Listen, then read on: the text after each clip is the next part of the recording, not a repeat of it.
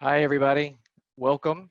My name is Brian Vaught. I go by he, him, his pronouns, and I would like to welcome you to Do the Work office hours. This is our fourth office hours, and I would like to welcome everybody and say thanks for joining us today.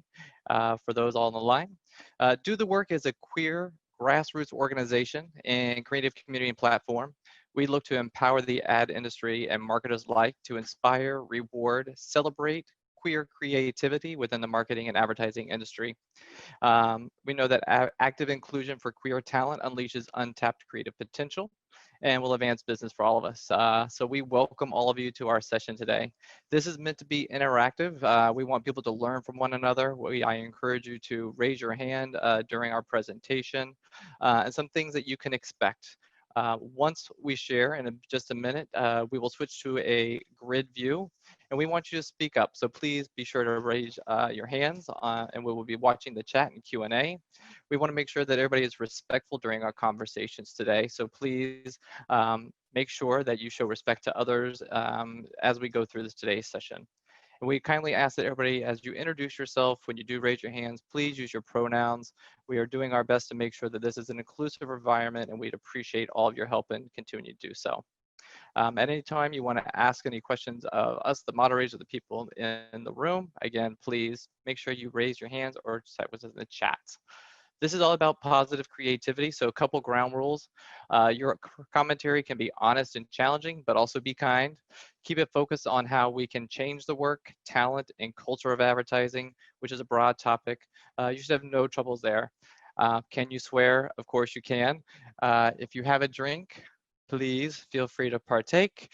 No name calling, no bullying, and we are here to have a really great time, so please.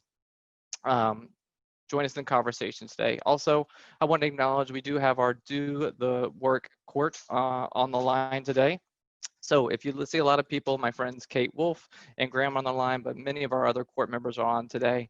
So I hope you get to meet some of them and hear from them during our conversation as we get started. So without further ado, today's topic is going to be to address how we really look at queer creativity in the ads outside of Pride Month and things that are going on.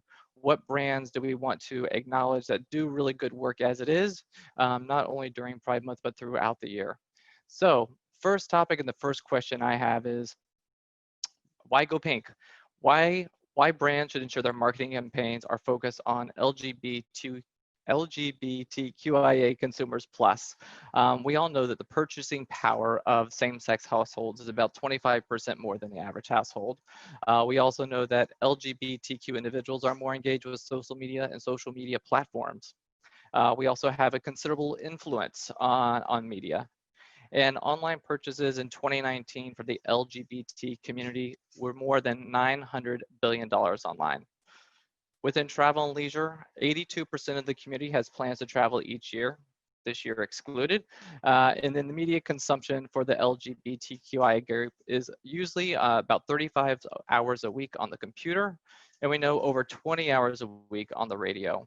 So this group we know consumes a lot of media, a lot of information, and we are going to dive in with some topics. So first talking point is brands that gave back. There are a lot of brands that during Pride Month have advertising campaigns and they're showcasing their work. And the common theme is after June, we feel a lot of those people go dark.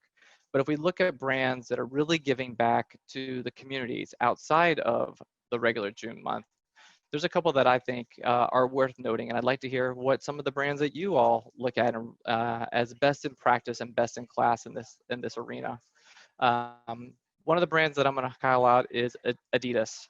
Adidas has been really ground setting in that they partnered with the Trevor Project. They are, if you don't know the Trevor Project, they're the world's largest LGBTQ suicide prevention and crisis intervention organization for at-risk youth.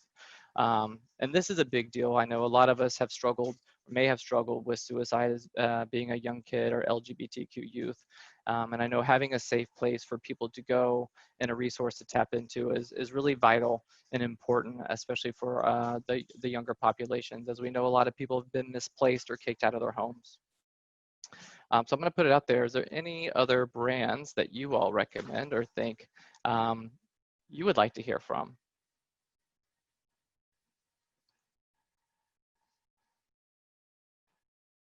No? All right, I will keep on going then.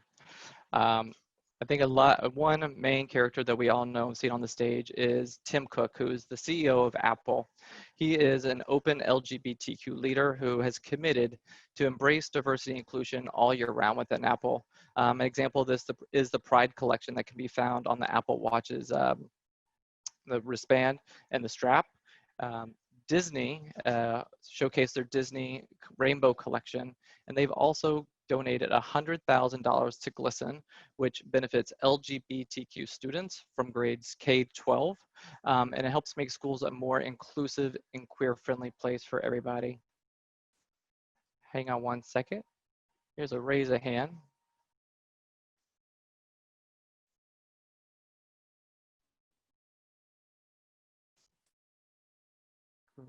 Somebody gonna jump in? I see Graham, it looks like you're trying to jump in. Oh, sorry, I didn't have the right access. So thank you. Sorry about that. So this is Graham, he, him, his. You know, it's sort of funny. I'm reading, so there was an article that came out today in Adweek that came out about the, you know, what marketers need to know about the LGBTQ community in 2020. And it's based off of this research, the LGBTQ community survey, which is really extensive. And it's sort of funny because, like, just in terms of like the broad strokes, like what you're talking about, like who is there for me every day, I'm looking at this list and like half of them are so like, oh, of course they are. And then the other half I was like, oh, really? And that's just a matter of like, you know, personal perspective, right? Like I barely see commercials anymore. So, you know, if a lot of the advertising presence is lost, like that's part of why. But, you know, it's sort of funny because I think that like, I think of, I always hear about Adidas. I never see it. I don't know why. I hear that there's like, it's just, it never makes its way to me. But like Nike is a brand where I feel like I see more than just June.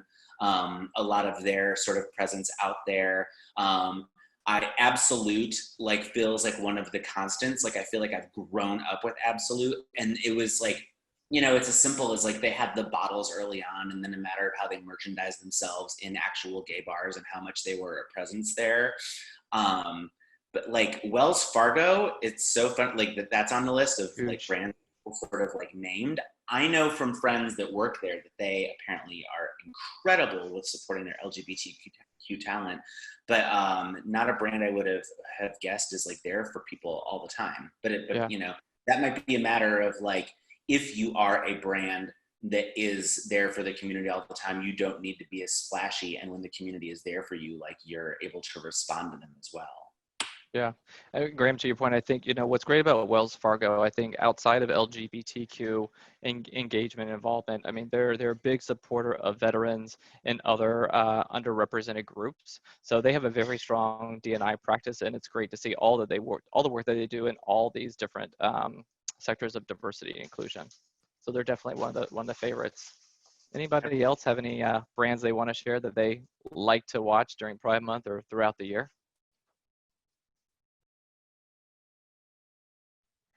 No, I can share a couple more if we don't have any hand raisers. I have one, if that's okay. Can I jump in? Yeah. Come on, Kate. I think one of the companies that is, and I've talked a little bit on my office hours, and I think it was actually mentioned in a couple of the Hey Fams, is Ben and Jerry's has done a good job of being consistent, especially outside of the month of June, where I actually don't see much happening in June from that brand. But globally, throughout the year, whenever there's an LGBT issue, they come out and support, whether it's altering their product directly, donating money, or evangelizing their team members to start speaking out and taking a political stance. What are your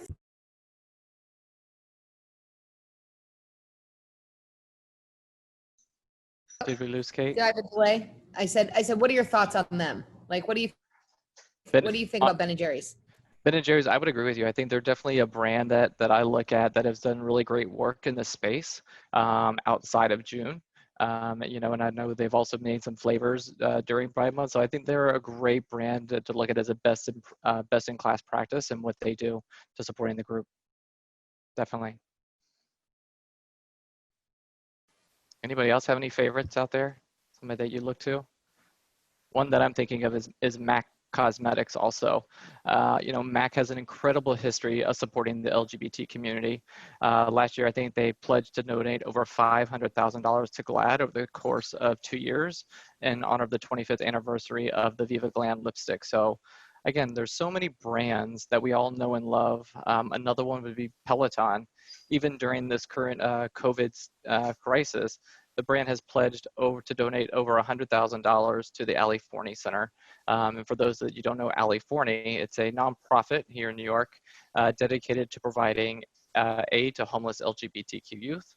They're based in Harlem. And then in addition, 20% of sales up to $25,000 from the brand's Pride Wear will benefit the Ali Forney Center through the month of June. So again, I know we talked about things that happen in the month of June, but there's also things, Kate, to your point, like that span throughout the other months of the year.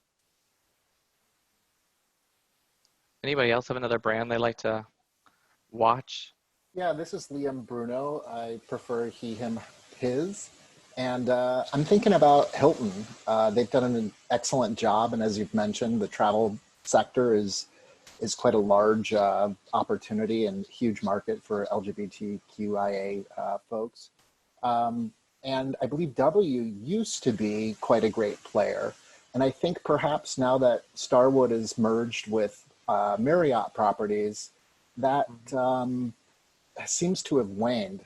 I'm just wondering if you have any thoughts on that, and if Marriott may look to improve their position, or if anyone else has any insight on them. Yeah. I think right now, I think any of the hotels, right? I think they should be any of the hotel chains or operations, they should be looking at how they can always gather and gain more LGBTQ patrons at the time. I think that's across the board. I know it's going to be a little challenging at this point in time, but I think even some of the packages that if you look at Delta in the past or some of the other airlines, what have they done in the past to really make it an inclusive recruiting experience, or by recruiting, I mean, what are they doing to actually attract certain segments and populations? For gay vacation, it might be very different than what your typical straight counterpart might be looking for. So I think there's ways that packages could be created that would speak to those specific segments. That's how I see it, but what do I know? Anybody else? Hey, this is Andrew. I'm on the court with Brian. He, him, his are my pronouns. Yeah, one brand that I don't think we've talked about in previous office hours or HeyFams before that I happen to notice toward the end of June is Sam Adams. I don't know if any of you guys have seen the pretty powerful spot that they aired across a lot of mainstream media outlets in the last couple weeks for their Pride program.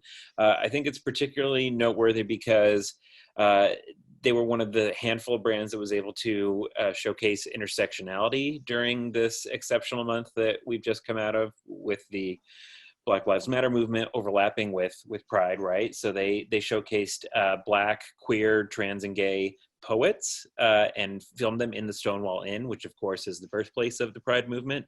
So I thought it was just such a really powerful way to connect all the different narratives that are happening now between Pride Month, Black Lives Matter movement, and of course, the impact of COVID-19 on nightlife, which is instrumental to our community as well. So even though it does feel like it's slightly June focused, they did back it up with a $125,000 donation that supported GLAAD and GLAAD backed Black LGBTQ plus resources. So I thought, again, that was a really nice gesture on their part to highlight the marginalized aspects of our community. But, as with all brands, I would like to see them continue to do that the rest of the year. So I hope we'll see more of it. Yeah, I haven't seen the Samuel Adams ad, so I guess I will have to go check that one out, Andrew. Thanks so much. Anybody else? Any other hand raisers on the line? Yes. This is Graham again. Yeah, long-time listener, first-time caller. I just wanted to say that once. So a brand that, so this is actually a conversation that I had earlier in the day conversationally, which is why it felt important to bring up now. So you've got brands that are like Chick-fil-A, and I think that one of the reasons people bring up Chick-fil-A is because they're very like it's not only at the top, it's with the franchisees, it's built into the culture. Like that is a very like sort of ingrained thing, right? And then what you got with Equinox, which was very, there was a lot of like cancel culture that kicked in there, but that like, I have friends that stuck with them, and here's why they stuck with them. It was because of that argument that like, no matter what's happening at the top with this one like billionaire who's supporting Trump, if I go into the gym today to talk about what's happening, every employee there is like, we don't agree with that, and we're trying to, we're with you, and by the way, we're queer too. So it's like, it's really interesting how we're going to see some brands evolve where truly like at the, anything below like the CEO or like a highest management level, like you have a whole culture that actually is supportive of the community. And I think a lot of the reasons that some people stuck by Equinox is because they consider it like a safe place to go. Bear in mind, I think it's on the elitist side. I think it's I don't think it's as inclusive as as it could be, because I think that we should include people who don't have abs. However, they are, they are very like queer friendly. And to that point, like the conversation I had earlier was also, Marvel is a brand that's a weird brand that people don't think of as a brand because what they sell is characters, right? I think about it all the time because I'm a big comic book nerd. Their CEO is giving a lot of money to like anti-LGBTQ politicians, et cetera, et cetera.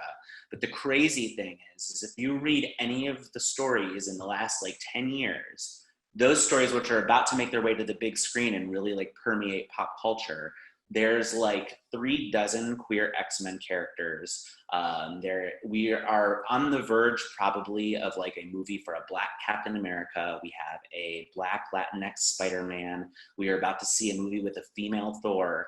And, if you see little kids in Halloween costumes that, that start to see themselves as like, oh, I can sort of see myself there. So it's very like, it's just sort of a watch out to like, there's these companies where on the creative levels, on the ground levels, and the experiential levels, like they're there for the culture and they're empowering us.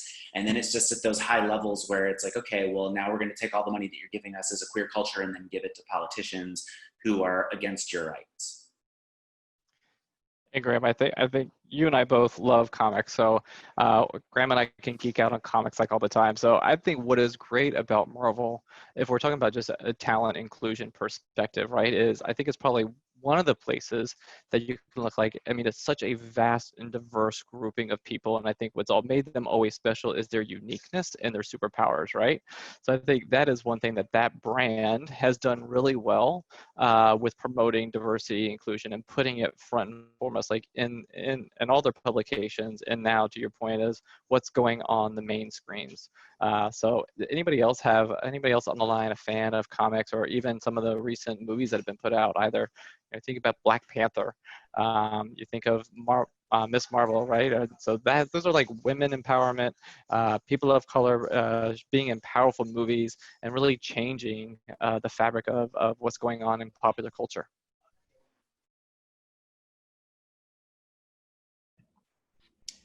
Hey, this is Mike, he, him, also on the court. But I think one thing that's fairly similar that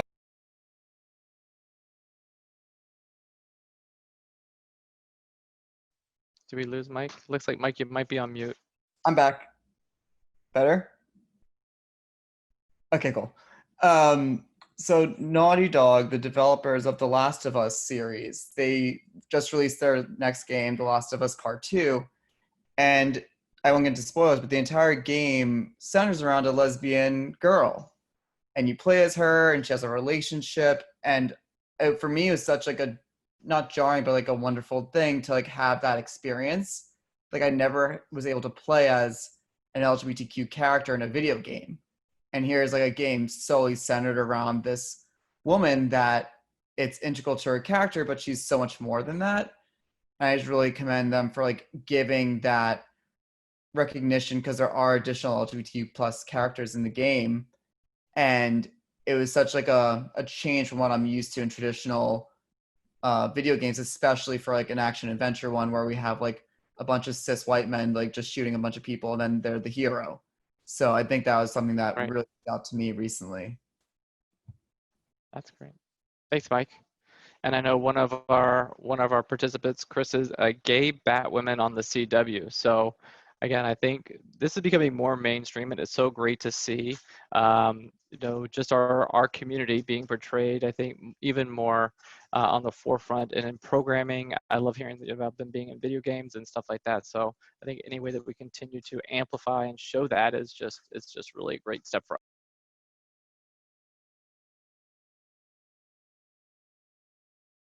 All right, so now I want to switch gears and talk a little bit about some of the best gay commercials in 2020. And I don't know if you all have any favorites, but a couple that I've seen lately would be Starbucks, where it's the Gemma James commercial. I don't know if anybody's seen that, where the beginning of the commercial starts off where you keep hearing Gemma, and Gemma's meeting up with her dad. Gemma's going out to meet with some friends, and it goes on and on and on until Gemma gets to Starbucks. And at that point in time, I think as we all used to know, when you go to Starbucks and they ask your name, James is actually able to use his name the first time. So I don't know if anybody's seen that commercial or had the opportunity to check it out.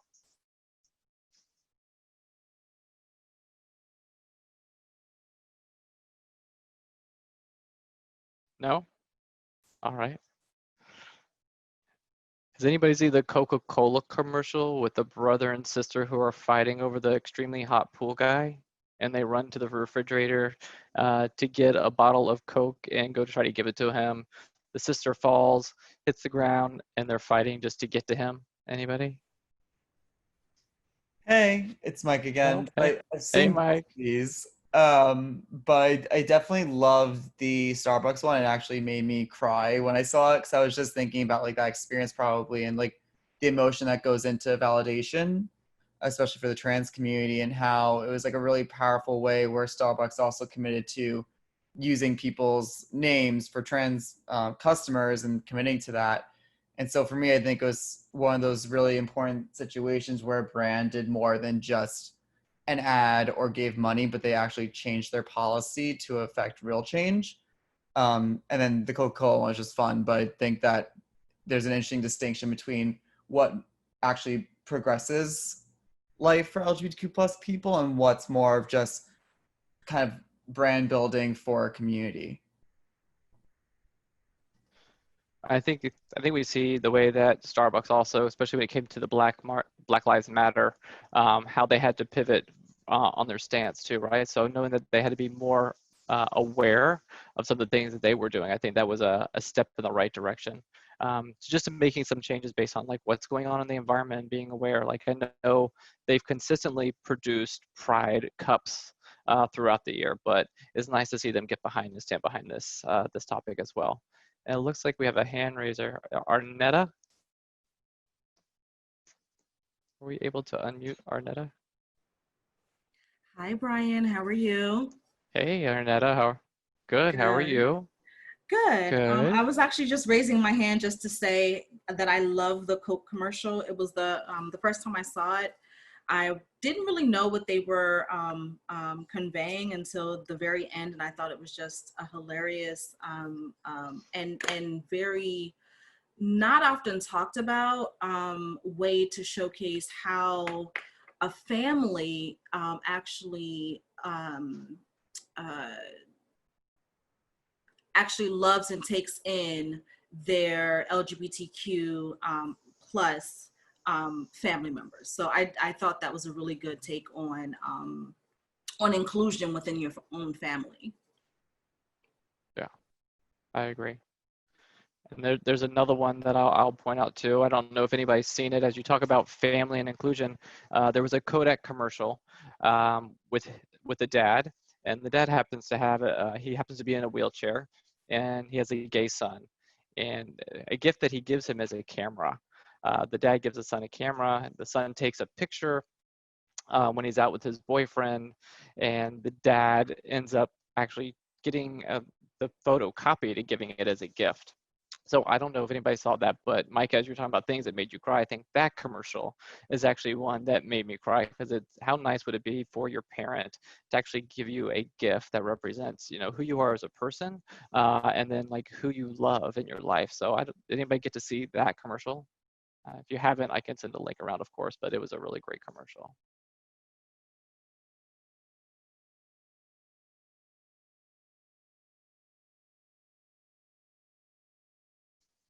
And I think another commercial, I don't know if you all were able to see, is the Renault commercial.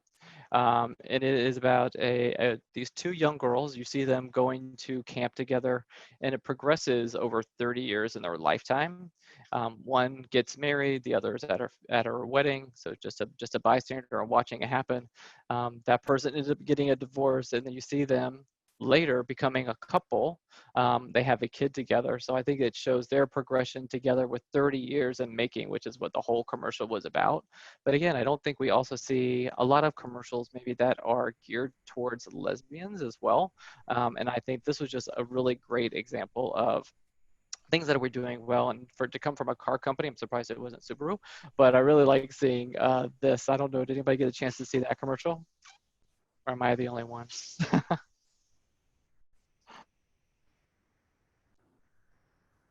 I did not. This is Kate. I did not see that commercial. I would love to see it. I have a question for you, Brian, and really for the group around, because I'm hearing I love hearing the examples of these fantastic portrayals of LGBTQIA.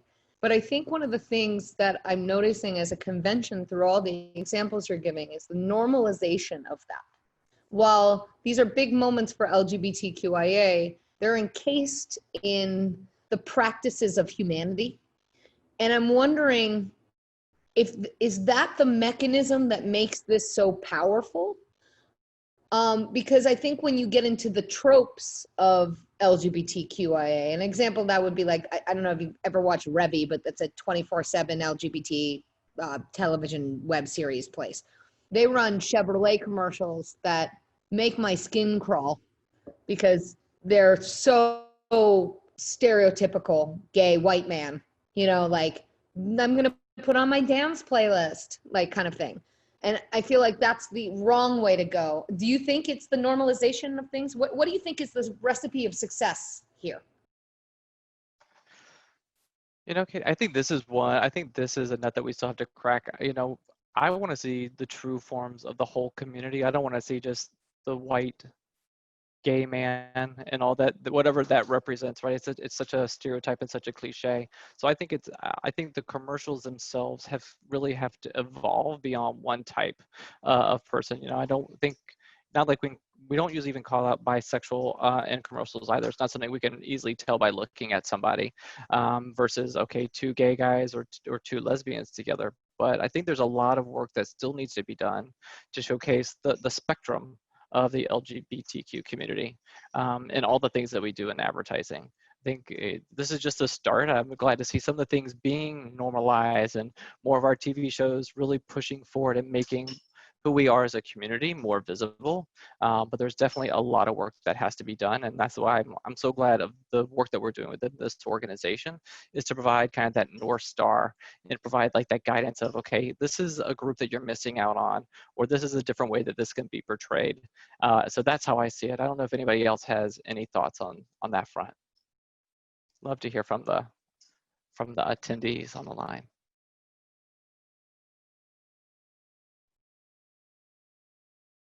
Oh, hey, it's Chris.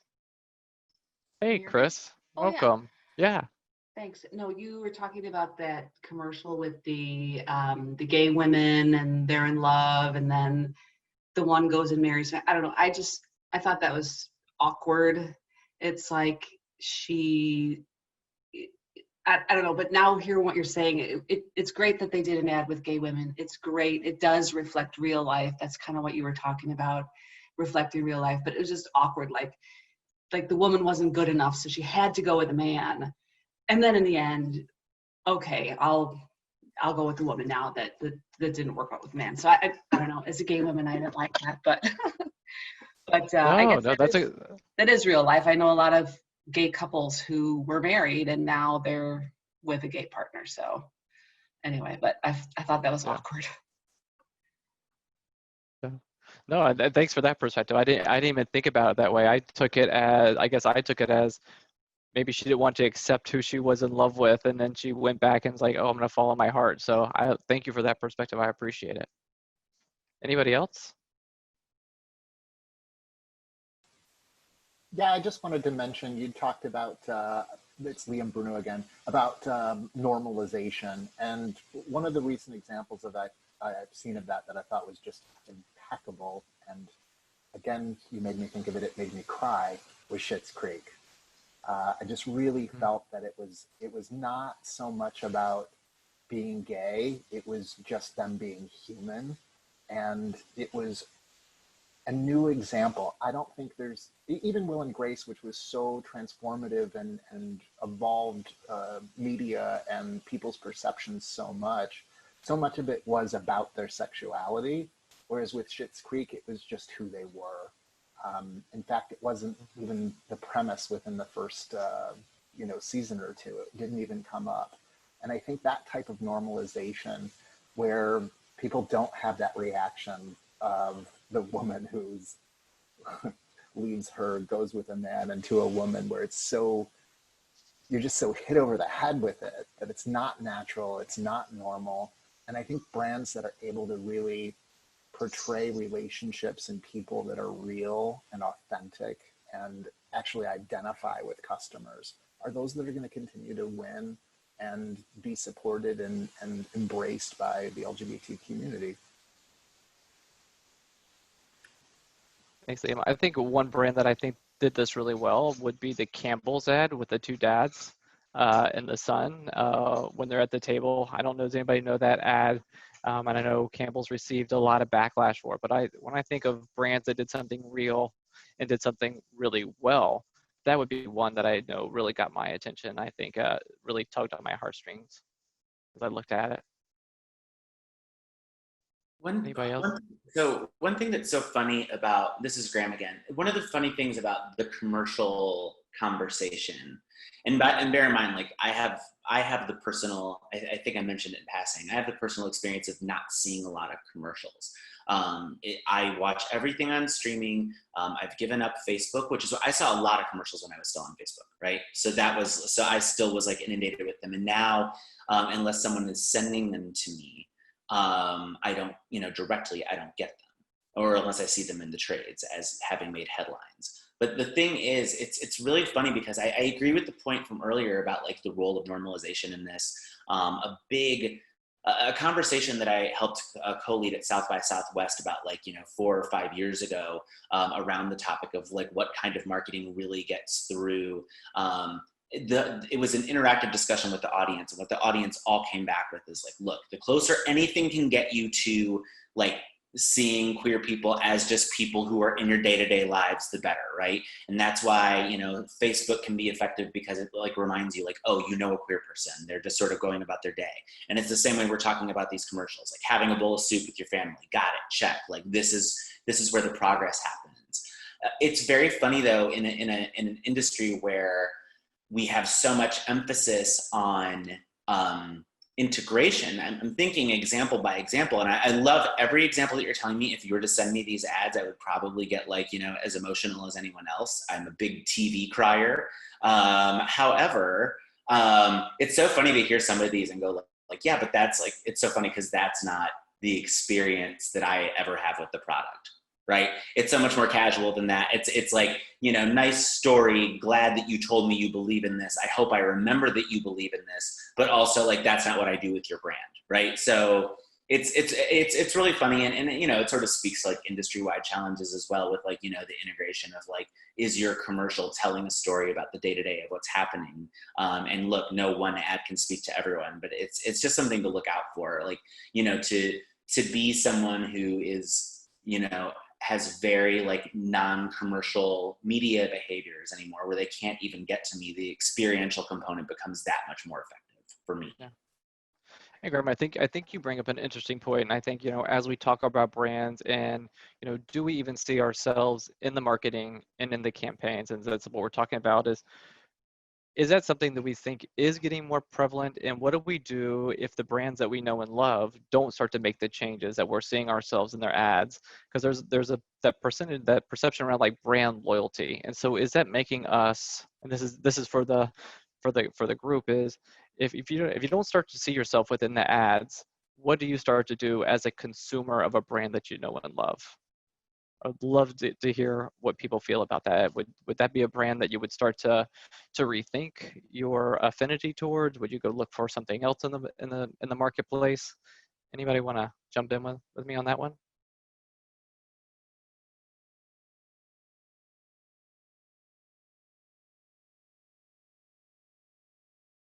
I know I just talked, but I don't want to lose that. I think that's a fascinating point. I think that a lot of us are not used to seeing ourselves. I think we had to, and then that's where the whole aspirational thing comes in, right? Like, okay, so we'll show what people want to be and what they want to be like. And, they should want to be this, and they should want to like be married, and they should want to have abs, and they should want to whatever. It's very funny as someone who considers themselves pretty like activisty and tries to be conscious of this stuff, but at the same time has resigned myself to like, am I ever going to see like, by the time I'm like, 50, I might start to see half Hispanic gay men like myself in ads, but they're going to be like 20 years old. Like I'm never going to win like the full fight. So what I like to see, I'm in the position of I'll probably still support products with people I want to cheer on. So that's not the same as aspirational for me. Like that's to say that like, if I see a product where they are giving voice to like, let's say young women of color who want to get into science, I'm like, I will try to find a way to support that brand. The ad is not for me. The ad is for her. The ad is to uplift her. That's aspirational for her. I still want to jump in to be supportive there. So for me, it's not like, it's very weird. Like, and this is a personal question for everyone. I think I have dissociated myself with the degree to which I will see myself, but now it's a matter of who I want to cheer on. Right. I think you brought up an interesting point. Is there are a lot of commercials for products that are out there, maybe even for like the elderly, right? So if we're thinking about aging adults, like what does it look like? But I don't think I've yet, maybe I'm wrong, I don't think I've seen any commercial with any aging LGBTQIA individual. I don't know. Like I think of the commercials that are out there for, bone density, bone health, memory, but in any of those commercials, I don't think I've ever seen queer representation. I could be wrong. Anybody, can anybody help me with that one? That one I don't know. I definitely don't know. I have to do some research on. I haven't seen that yet. So what would you want to see more from brands to show their support of the LGBTQIA community in this space? What would it take, I guess, for you to feel that a brand is actually starting to see who you are, other than is it just putting us in ads? Is it really about the dollars and monetary that support's going? What other components do you think it would take for a brand to really start to recognize and embrace more of the community? And Arnett, I think of all the things that you do and talk about with all the things in the multicultural space. So at some point, like if you would jump in on with me with that one, I'd love it. But I know Liam has raised his hand. I know I keep raising my hand. Yeah, please. Specifically within tourism, I've stayed at luxury hotels, in fact, a chain that's owned by LVMH, and arrived with a bottle of champagne in the room, which is, of course, welcomed, but with a note to Mr. and Mrs. And it was shocking to me that this very exclusive and expensive hotel would make such a significant blunder. And it wasn't the first time I'd stayed at one of their properties. And the other time was an anniversary. So it was something I made them aware of in advance, et cetera. So I think it goes beyond just showing positive images and diverse images of people. It's putting that through not just their advertising, but within the service industry. In financial services, I've had instances where employees asked customers, females, when their husbands would come in, and they're like, my wife is, going to be in later. It's just, it goes beyond. It's a cultural sensitivity and appreciation and being woke, to being hospitable and welcoming across the board. And it's just so easy. And I guess I am so fortunate that I do live so comfortably with who I am and with the people I interact with, that when it does come up, I find it so shocking and, you know, bone chilling and just gets in my spine when I have those interactions. I think, Liam, something that I hear in that too is the intent versus the impact, right? So I'm sure the intent of a hotel chain or any of these organizations that we're talking about isn't really to offend anybody, but at the end of the day, when you're not being seen in your true authentic self, or maybe those questions aren't even being asked, the impact is it has a negative ramification on like how you view like that experience in long run. So I guess it would be interesting to see is like how do we give more of that criticism or I guess guidance is the better word, guidance to brands so they can make those changes as they move forward. Because I think it's, you know, we're going to see lots of changes when we talk about in the next 20 years. What is the overall population of, we can use the U.S. as an example. Like we know the U.S. demographics and numbers are changing. So people, I think, need to be aware and more thoughtful of like, what do we do to include more of our buying customers when we're making those choices? Anybody have any thoughts on that? Kate? I have a thought. Yeah, you just, I love it. And I thought, was that Liam? I believe it was Liam that was just telling that story. I think that's as somebody, so as a queer woman who presents feminine and wife presents feminine, I tell you the amount of times I've gone to a hotel when we arrive to check in that they see us and then explain very quickly, oh my God, we're so sorry, we have you as immediately default us to 2 beds. And then we have to explain that we are married and we are not for 2 beds, which is an awkward conversation in itself. In addition to that, another thing that I am often in a brand like employee standpoint, when somebody's representing a brand, I wear a more traditional wedding ring and I get asked what my husband does. And I bought myself this ring. So I answer with, she works in advertising. But there is something there that, and I think this actually speaks to a really important thing, which is there are value constructs that brands are putting in place and personifying themselves down to an individual level. Everybody has missions, values, constructs of that nature. And then especially they practice them in social media specifically as the main medium in which they're the most human oriented because it's a singular voice. I think what needs to happen, this is my personal POV, and I'd love to hear everybody's thoughts, is how far and how quickly do we need to start taking those value structures into customer service, into if you're saying as a brand, this is how I behave, I think every entity that has a voice that is being the personified needs to be behaving around those values and constructs, not just spend. What are your thoughts there about how we could possibly implement those?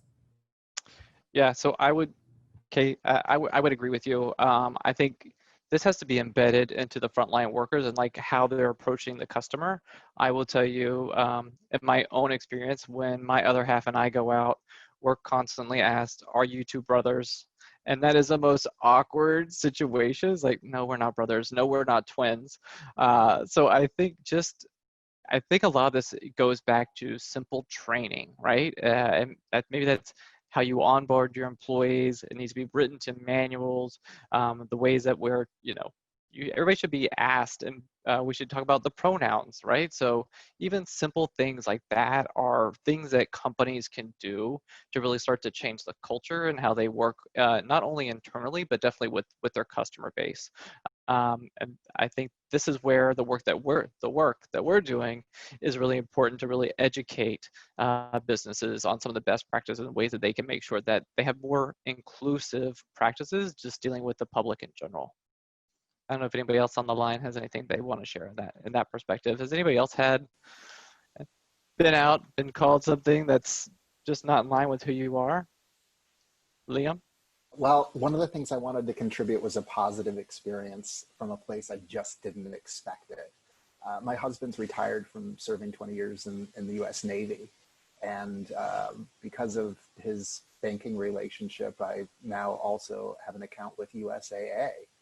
And that's just not where I would have expected an incredibly inclusive experience. And they're brilliant. He expressed that we got married, and they asked the appropriate questions. Congratulations, you know, tell me about your spouse instead of, you know, who is she or whatever.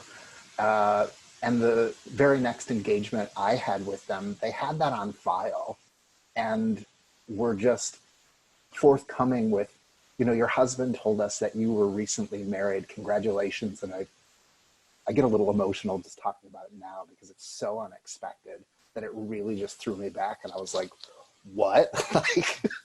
And, you know, my husband has stories from being in the military back under Don't Ask, Don't Tell, where, you know, the military police were marking his car and cars around gay bars in Southern California, and how, you know, the police would come after you. They were watching for those vehicles as they returned to base.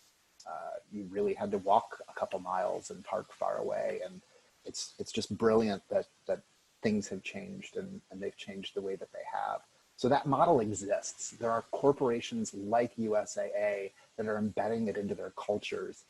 And again, that's just a culture I didn't expect to have it embedded in.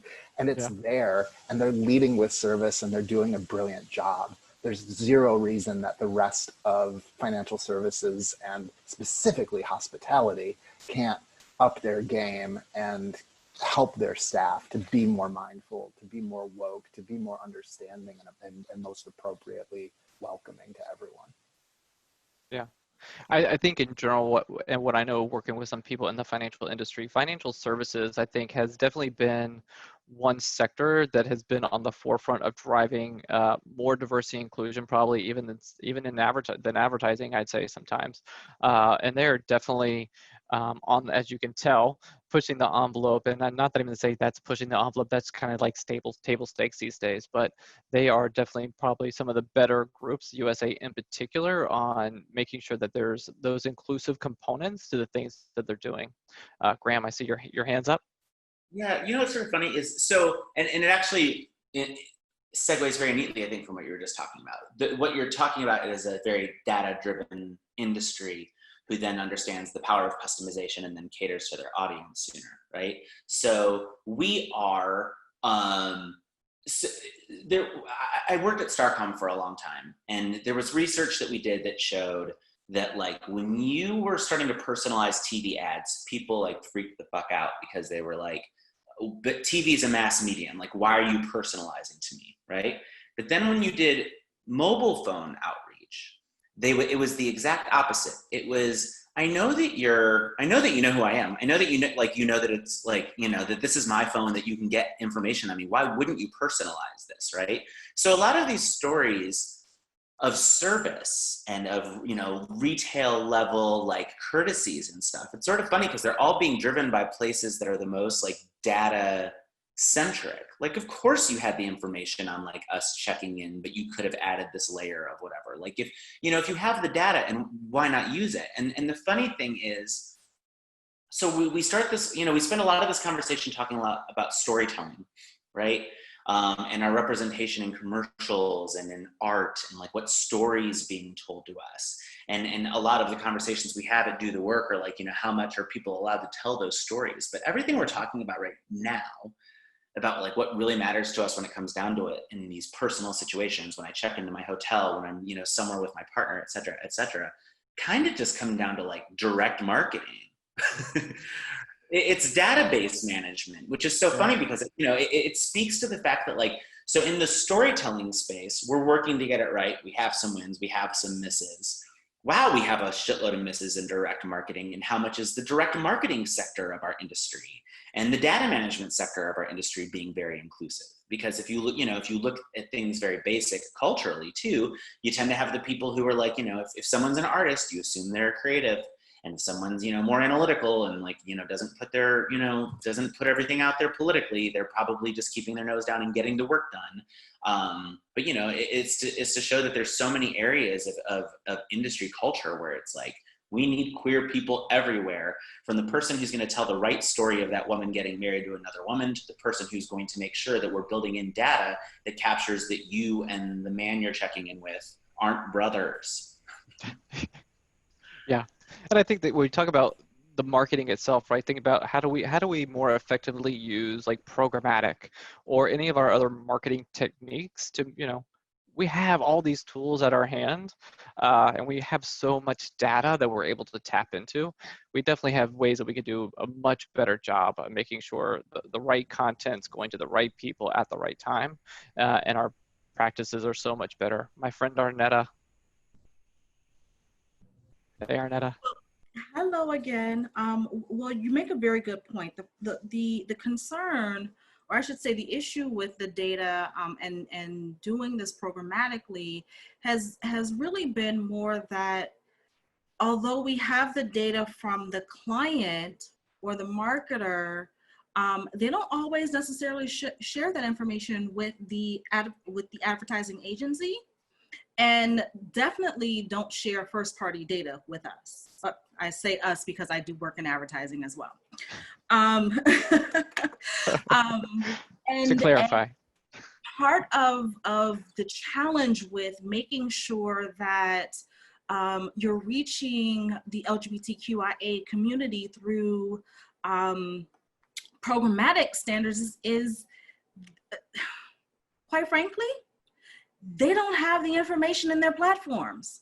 It's typically you have to go into a private marketplace in order to connect with those independent publishers to even get to that particular audience, and everything is driven by economies of scale and efficiency. And when you look at efficiency instead of looking at the actual consumer and what they mean to your business, you're always going to, unfortunately, I hate to even say this because this is my business, you're going to get the bottom of the barrel. And so right now, they continue to spend their dollars and get the bottom of the barrel, and they're not actually targeting the right consumer with the right data to actually give the right return on investments and properly size the market. It's honestly a no-win situation. It can be changed. Right. If they change their model, if they change their business model. The business model has to change in order for them to actually put their money where their mouth is. I think that is what we're here to do. Arnetta, thank you so much. Anybody else? I know we have about 4 more minutes before we wrap up, and I want to make sure if there's any questions or thoughts before we close the session today that we can address them. But I think this has been a really great conversation. I thank everybody that was able to dial in today. Thank you for joining and asking questions and sharing some of your own examples. I really appreciate it. So I'll take one more round of questions, and if there are none, then we will get ready to close out and say goodbye. Any more? No? All right. So again, thank you all for being here and sharing your perspectives, your questions, and your thoughts. It's so great to hear all your voices in this space. Please check us out on dothework.com, and that's WeRQ. Check us out on LinkedIn. Follow our programming. Make sure you join our future Kikis and follow our court and see what's happening in the space. And again, we're on Instagram, we're on Twitter, Facebook, all the places. So thank you so much for your time, and have a great evening. Bye-bye.